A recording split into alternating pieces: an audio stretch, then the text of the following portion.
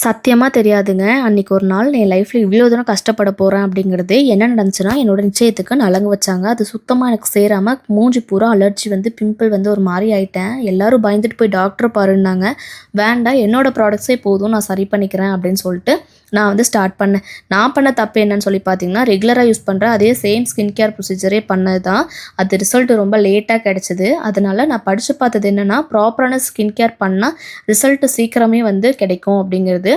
அதுக்கு என்னென்ன வேணும்னு சொல்லி பார்த்தீங்கன்னா, அதுக்கு வந்து தேவையான ப்ராடக்ட்ஸ் எல்லாமே நம்மளோட மை கேர் ப்ராடக்ட்ஸ்லேயே அவைலபிள் இருந்துச்சு. சரி ஓகேன்ட்டு carrot face wash, serum, moisturiser, sunscreen இதுதான் அந்த ப்ராப்பர் ஸ்கின் கேர். இத பண்ண ஸ்டார்ட் பண்ணேங்க. இன்னையோட 1 1/2 மாசம் ஆச்சு. நல்லாவே ரிசல்ட் தெரிய ஆரம்பிச்சிருச்சு. ஃபர்ஸ்ட்லாம் எனக்கு யாரையாவது பார்த்து பேசணும்னா கூட ஒரு மாரி கூச்சமா இருக்கும். இந்த மூஞ்ச வச்சுட்டு எப்புட்றா போய் பேசுறதுங்கிறது. இப்ப அதெல்லாம் இல்லாம நல்லாவே கான்ஃபிடென்ட்டா இருக்கேங்க.